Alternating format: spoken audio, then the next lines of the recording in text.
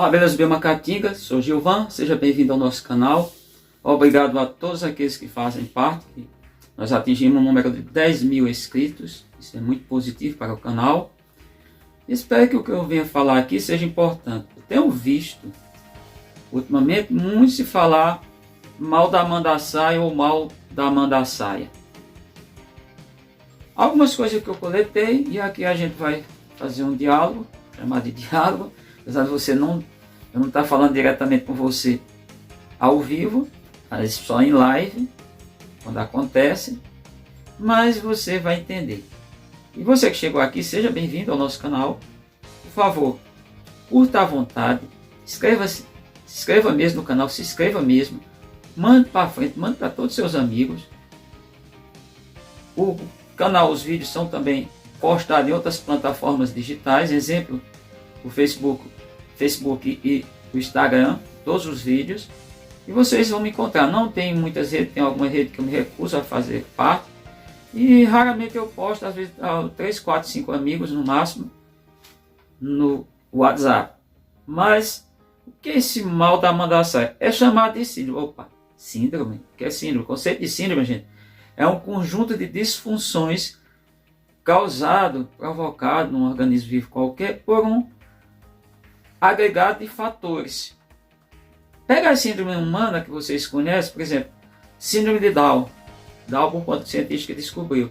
É um conjunto de fatores. A pessoa que é portador de Down, ele tem um conjunto de fatores que o limita de determinadas coisas, somente parte motora, algumas coisas motoras. Ele não tem o tempo que a gente possui, que não tem síndrome de Down, para citar para vocês. Mas síndrome, qualquer síndrome. O que é essa síndrome? É síndrome que eles falam em mandaçaia, mas a gente já começa aqui falando que existem 4 mandaçaias, abelhas, que recebem essa denominação mandaçaia, sem contar com aquelas que rolam vocês sabem, nas redes sociais, que o pessoal inventa de chamar mandaçaia. Mas as mandaçaias, de fato, são classificadas em todos os séculos XIX, bom, algumas inclusive na primeira metade do século XIX e as outras cerca de meado.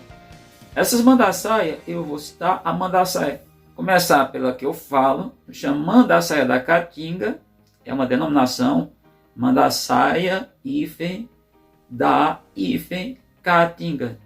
Só o M maiúsculo, restando tudo minúsculo. Eu criei talvez um substantivo composto, eu inventei, os linguistas ficaram bravos comigo, que é a Melipna mandacaia. Tem outra, isso é a grafia binominal, que está dentro dos critérios adotados por Linneu no meados do século XVIII. Escreveu lá no seu livro O Sistema Naturae. Tá?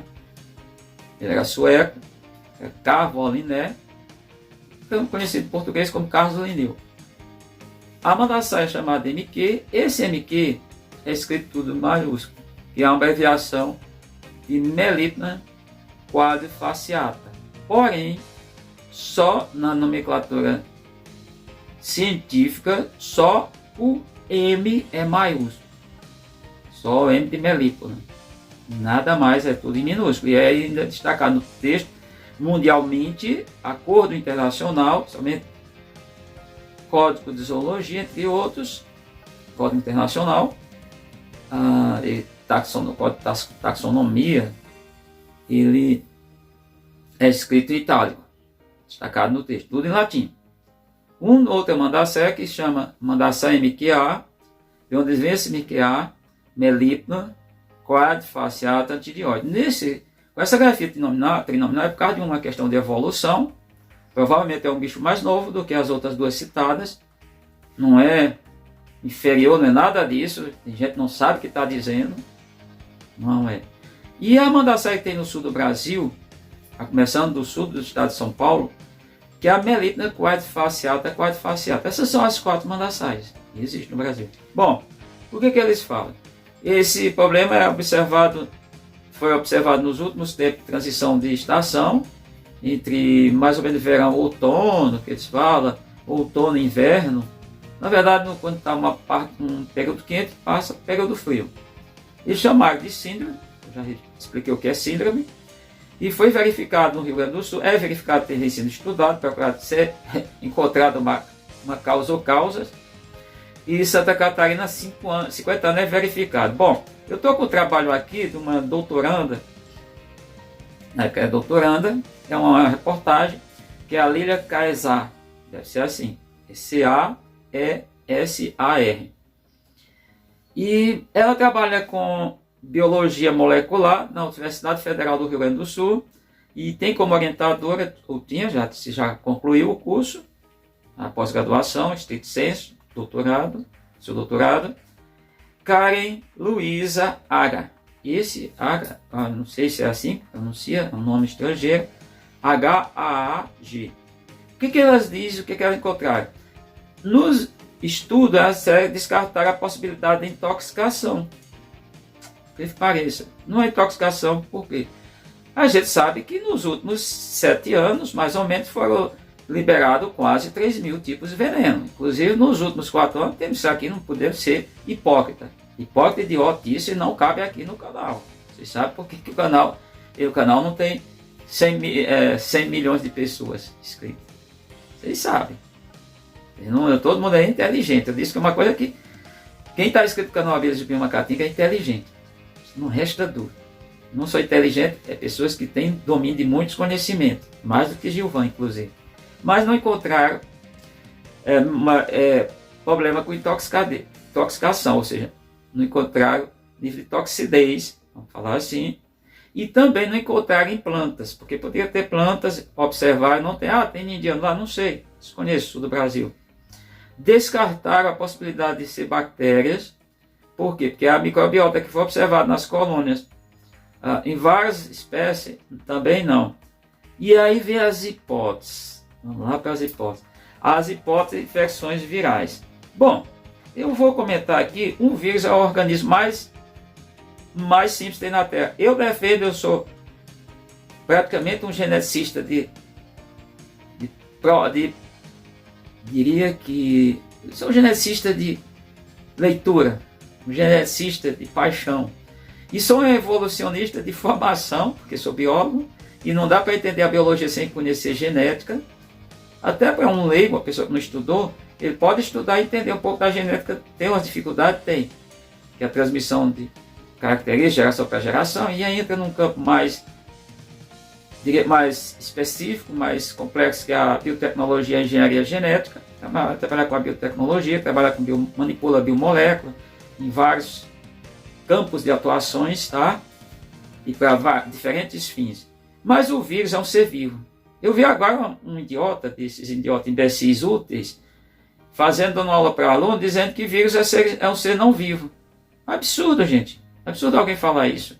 Ele é acelular, mas é um bicho tão inteligente que ele acaba usando sempre um hospedeiro para o hospedeiro fazer tudo para ele. E para o proteger também. Quando ele está dentro da célula, só se destruir a célula, ele acaba destruindo de modo geral. Mas ele também não é para matar o hospedeiro. É quando ele está no hospedeiro errado. Os parasitas não têm esse papel. Mas o que a gente encontra no vírus? No vírus a gente vai encontrar um envelope viral, que é formado por fosfolipídio, ou seja, aí já tem a parte um fosfato, o fósforo, e tem uma parte de lipídio. Lipídio é equivalente a gordura, óleo, mas não é bem um óleo desse jeito. Vai ter proteínas, vai ter glicoproteínas. Proteína a gente sabe que é uma das coisas que é uma biomolécula inerente à vida, depende de proteínas. Todos os seres vivos eles possuem. Alguns vírus, não são todos, ainda tem outra camada. Eles têm algo que é o chamado capsídeo, que é formado por proteína. Eles são, ou só tem um material genético diferente, difere dos demais organismos vivos, até porque os organismos vivos, no mínimo, são unicelulares, mas são normalmente multicelulares e pluricelulares. Tem diferença nesses conceitos, por isso especialista, não é a mesma coisa não. Não são, né? Eu vou estar explicando aqui para vocês.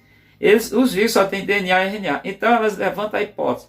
Infecções virais já estão testando e estão achando qual é a ressonância, chamada ressonância, que elas estão encontrando, qual é a convergência, qual é o encontro de abelhas introduzidas lá naquele estado, Rio Grande do Sul, lá no extremo sul do Brasil. Entre elas fala de várias abelhas aqui do Nordeste e do Norte do país. Pode ter levado uma carga viral que faz parte da microbiota, tratar muito que é mais para bactéria, mas para os micro-organismos que pode estar em um organismo vivo parasitando sem causar prejuízos maiores. Vírus de outros insetos também levanta essa hipótese. É o levantamento de hipóteses. Se ela chegar já a algum resultado, não sei.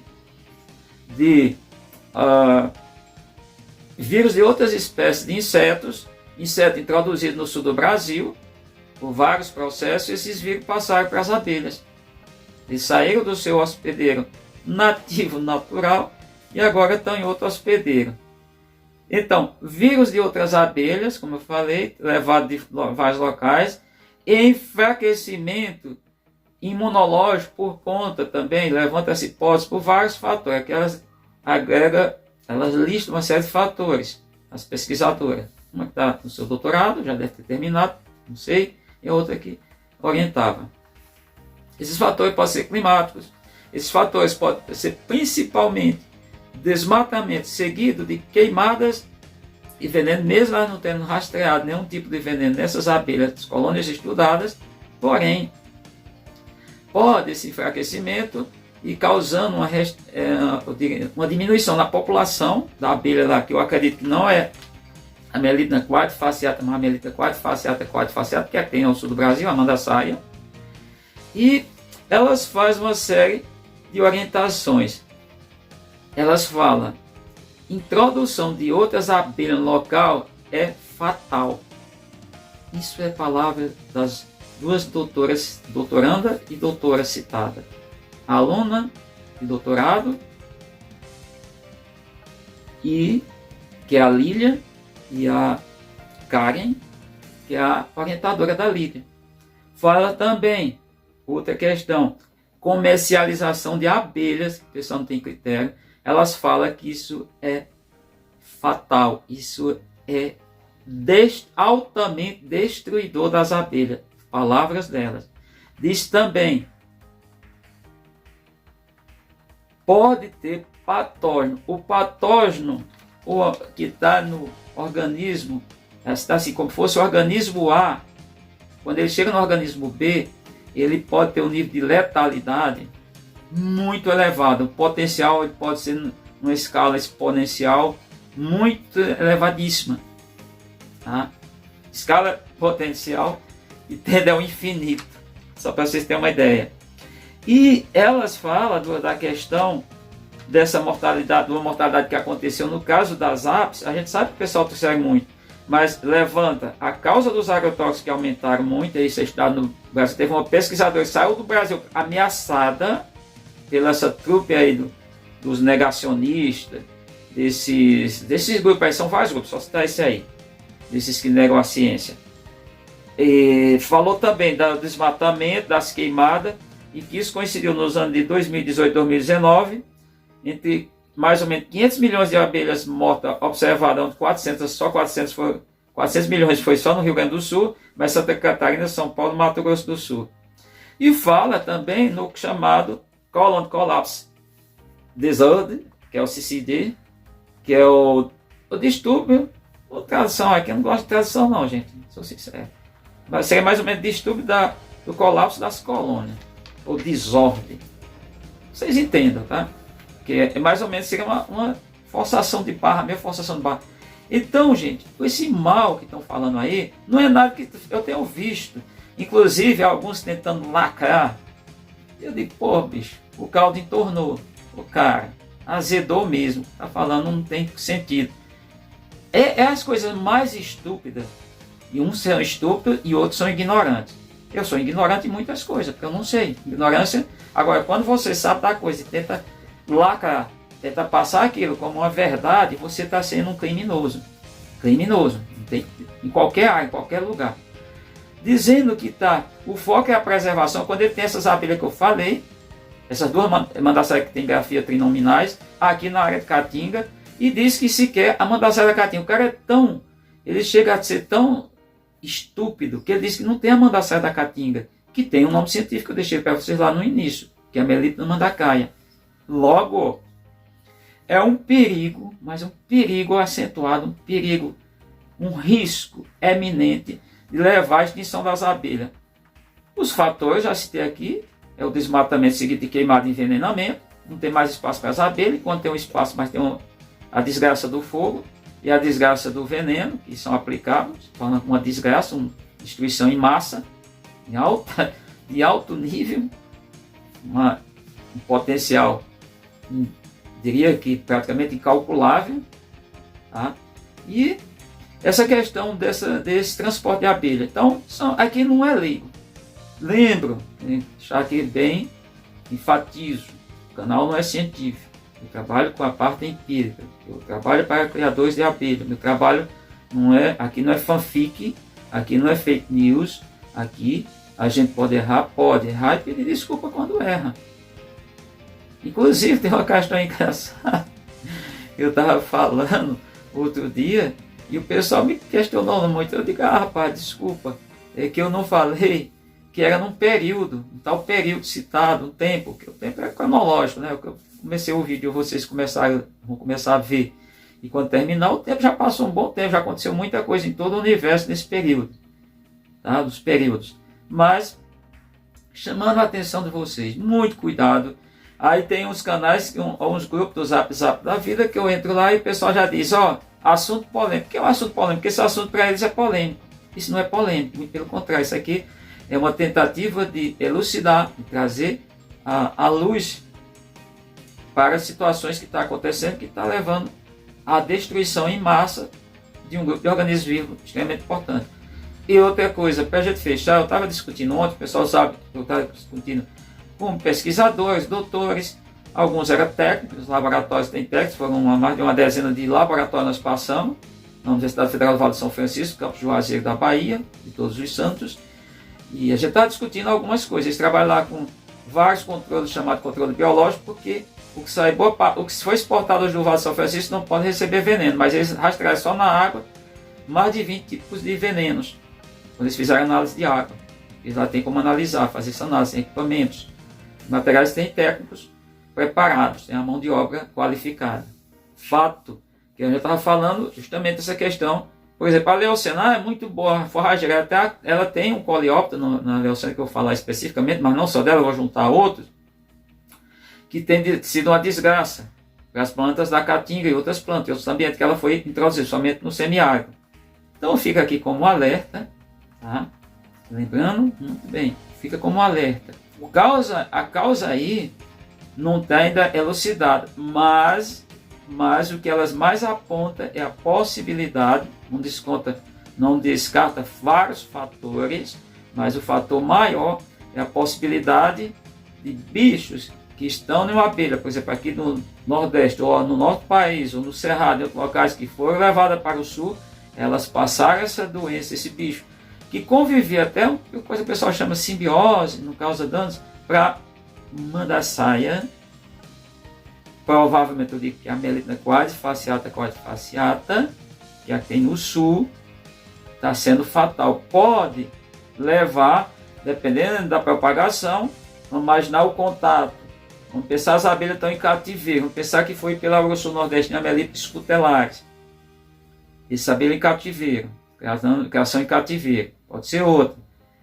A doença passou para as mandaçaias que estão em cativeiro, a MQQ.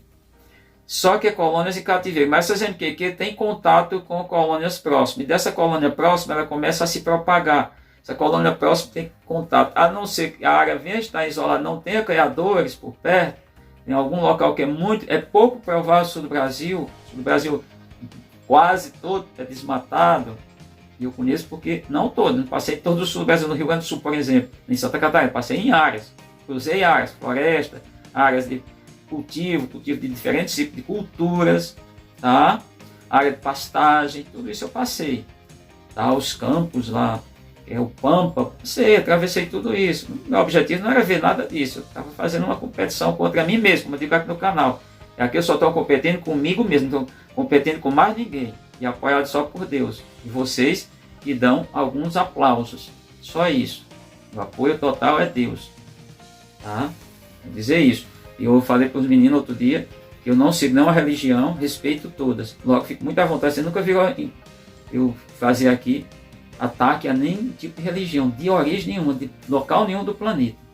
Diferente de muita gente que está aí. Mas esquecemos de esquecer religião, porque aqui não tratamos disso. canal não é de religião, o canal é para tratar de abelha. Então esse perigo está aí. E aí é pesquisa. Isso aí não é achado, não é dar com a língua nos dentes. Isso aí não é falácia, é a realidade. Não tem ainda a causa que talvez até descubra e ainda não seja a causa total. Mas o que elas falam é isso. Micro-organismo, ao ser transportado, esse micro-organismo que perpassou para as colônias estão perpassando, estão transmitindo isso, transmitindo as colônias na natureza. Pode ter vindo também com introdução de espécies do gênero Apis. Não descarta, não descarta. Bom, obrigado por ter assistido. Até o nosso próximo encontro.